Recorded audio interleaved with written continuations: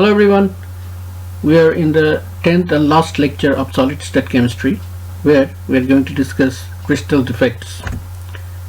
In this regard, one thing is very important, that the models which are built to show the detailed crystalline structure of a substance, they are actually very misleading because they impact a perfect static pattern for the lattice arrangement.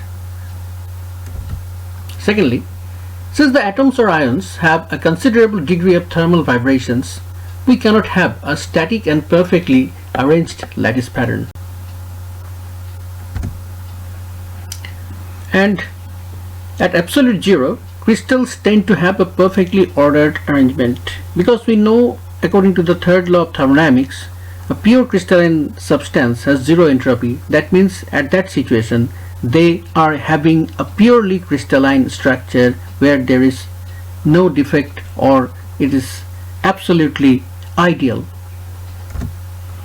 So at a temperature higher than the absolute zero, that means when the temperature starts to increase from 0 Kelvin to its higher temperature, then the lattice points or the atoms or ions, whatever, they start vibrating. Okay, so whenever they start vibrating, the chance of a lattice site to become unoccupied by an atom or ion increases, resulting in crystal defect. So this is crystal defect. So that means the pure crystalline structure does not remain ideal. That means all the sites are occupied and all the valencies or all the charges are remaining the same. This situation doesn't remain the same when the temperature starts increasing from 0 Kelvin. That means, according to the third law of thermodynamics, if the entropy is 0 at absolute zero, then the entropy starts also increasing. That is why this defect is also known as the thermodynamic defect, for being temperature dependent. Now, number of defects for formed per cc is actually governed by this equation. Okay, the equation is n, small n equals to capital N exponential minus w by twice kt. So what are the physical significances of this signs? Now, capital N is the number of sites per cc that could be left vacant. N has already been mentioned. This is the number of defects formed per cc. W is the work necessary to form a defect per atom or ion. If it is in CGS unit, then W has to be also considered in CGS unit, that is W should be in erg. K is Boltzmann constant, and in erg it is 1.38 into 10 to the minus 16 erg per Kelvin, and T in the absolute scale temperature. T is the absolute scale temperature. Okay, now types of defect, move on to. So crystal defects are of two types, stoichiometric defect and non-stoichiometric defects. Okay, if the number of anions and cations are same, okay, then it is stoichiometric defect, and if the number of anions and cations are not same, still the electroneutrality is maintained, then it is called non-stoichiometric defect. Now stoichiometric defects are of two types, Schottky defect and Frankel defect, whereas the non-stoichiometric defects are of two types also. They are metal excess defect and metal deficiency defect. Okay, now metal excess defect and metal deficiency defects are also two types each. Metal excess defect is due to absent anion, one kind of defect, and another kind of defect is caused by interstitial cations, whereas the metal deficiency defect is caused by missing positive ion. Secondly, it may also be caused by interstitial negative ion. Okay, now this defect is called Schottky type defect. This is Frankel type defect. Here also this is Schottky type defect, this is Frankel type defect. So what about Schottky and Frankel? So let's start from Schottky defect. Okay, look at the picture very carefully. Here one cation is absent, simultaneously one anion is also absent. Okay, so suppose here 4 into 5, 20 lattice points should have been present, but instead of that you are having 19 lattice sites. Okay, electroneutrality is definitely maintained. Okay, so when a pair of holes exist in the crystal lattice due to absence of one cation and one anion each, then this type of defect is known as the Schottky defect. This type of defect occurs in highly ionic compounds with high coordination number. So high coordination number means they should have coordination number 6, 8, etc. And highly ionic means they are hard acids and hard bases. Okay, that means Na plus ion, Cl minus ion, cesium plus ion. These ions are highly ionic ions. So here the cations and the anions have similar size, almost similar, and this type of examples are sodium chloride, potassium bromide, or cesium chloride. Okay, so this is Schottky defect. And what about Frankel defect? In Frankel defect, the cation is not occupying its own site. Okay, and it is taking its position at the interstitial positions. Look, two things you have to keep in your mind, that the lattice site and the interstitial position. So if the both anions and cations are absent from the lattice sites, it is Schottky defect. But if only the cations is absent from its lattice point and it is taking any interstitial position, then it is Frankel defect. So when the hole exists in the lattice due to occupation of an ion in the interstitial position rather than its correct lattice site, then this type of defect is known as the Frankel defect. This type of defect is favored by a large difference in size between the positive and negative ions. Definitely the negative ions should be very large. In comparison to that, the cation should be very small so that it can move within the crystal. Okay, suppose here it is moving from here to here, so it is only possible if only its site is very much smaller compared to that of the anion. Okay, generally the positive ions occupy the interstitial positions for being smaller in size. Okay, so these types of compounds have a covalent character as the small positive ions. That means the previous example, the compounds were highly ionic, but here some covalent character are also found.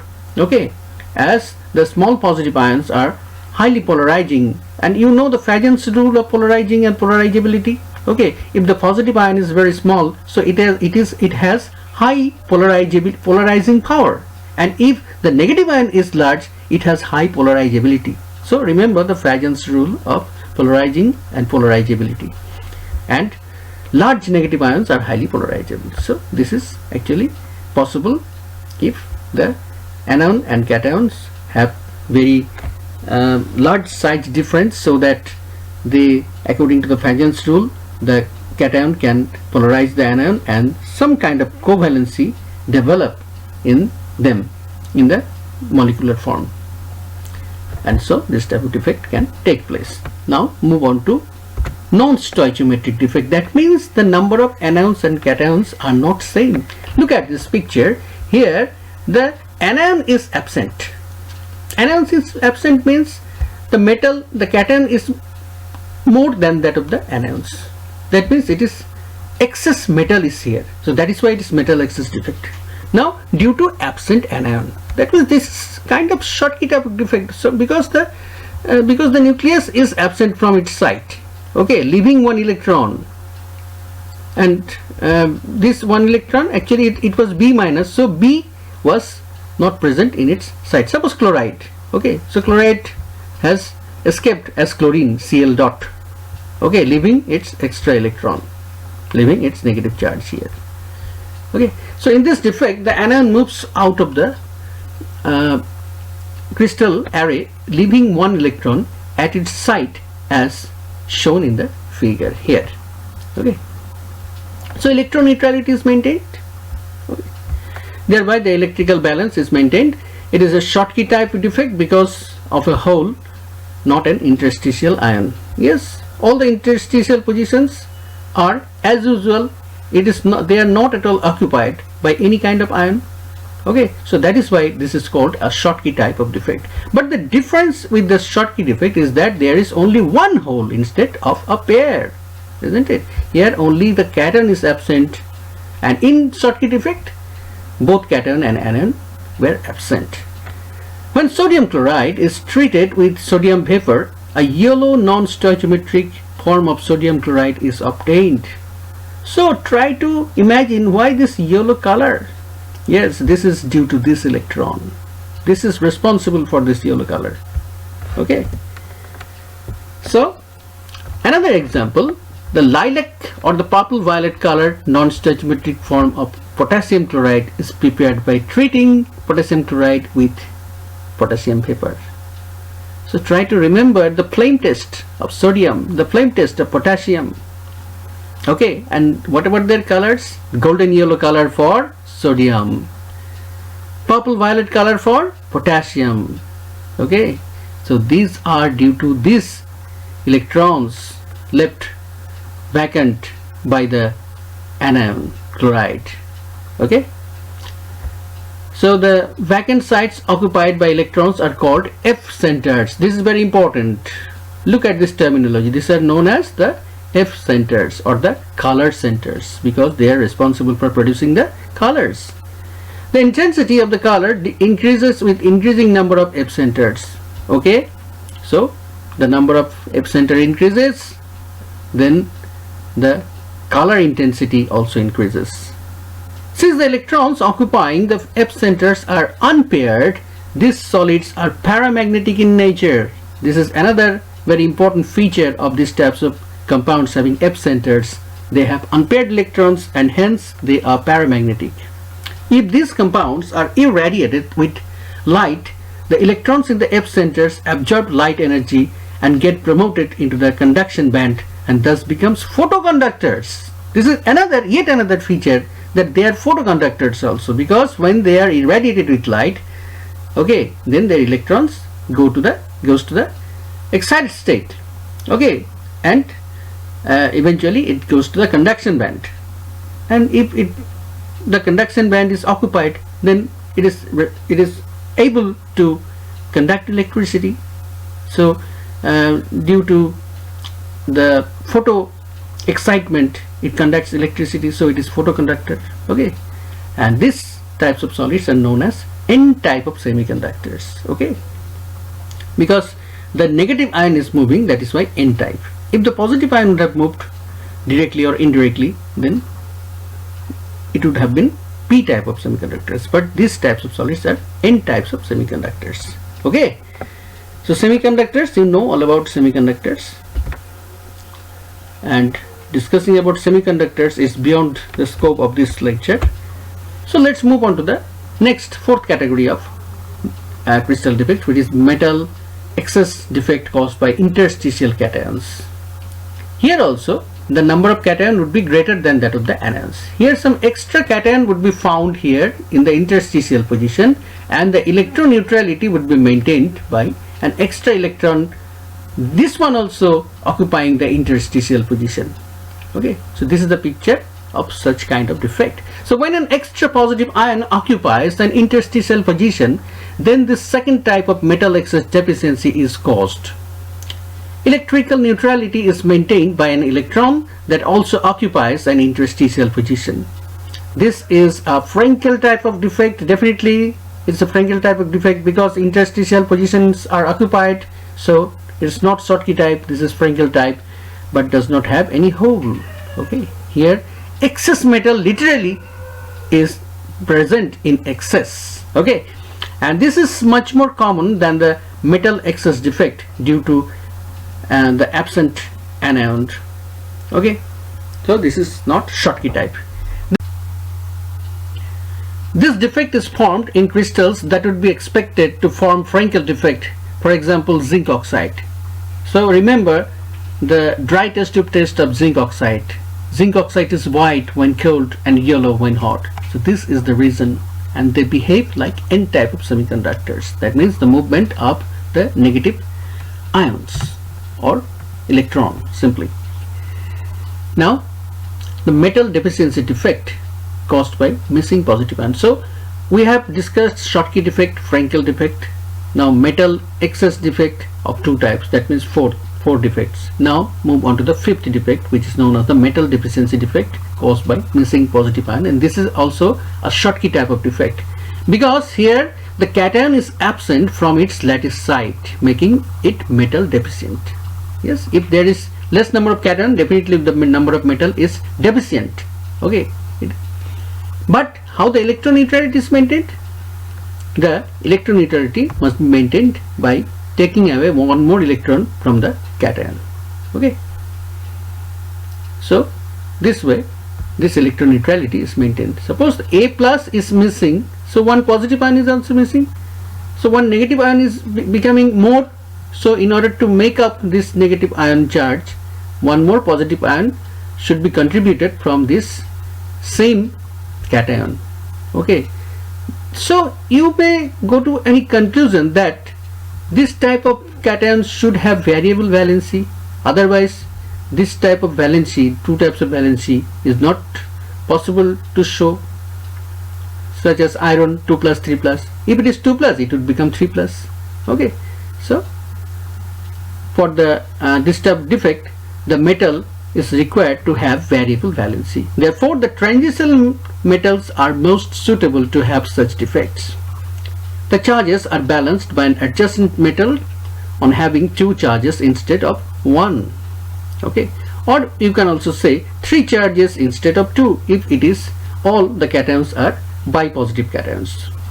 And these types of solids behave like p-type semiconductors, because the positive ions here move. Suppose this is A2 plus, next time suppose this is connected with some positive end, okay, then suddenly this part would become A2 plus. Then where has the electron gone? The electron has moved to here. This A2 plus would become A plus, and this A plus would become A2 plus. That means the positive charge is moving from here to here. Actually the electron is jumping from here to here, but the positive charge is moving from here to here.